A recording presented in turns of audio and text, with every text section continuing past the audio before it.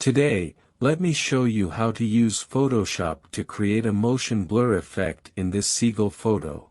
In the Layers panel, click on the lock icon to unlock the background layer. Then, right-click on the unlocked layer and choose to convert to Smart Object to protect the seagull photo. Now, click on the layer to activate and go to the Filter menu and choose Blur Gallery and select Path Blur.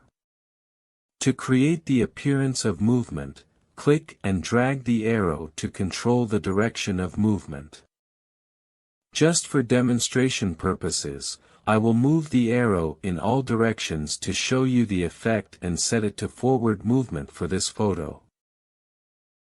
Once the required direction is set, click on the pen tool to increase the movement. Now click OK to see the blur applied. Not done yet, we still need some part of the bird to be more in focus.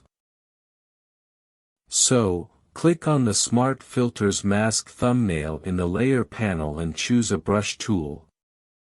Adjust the brush size, and brush over the area that should not be blurred.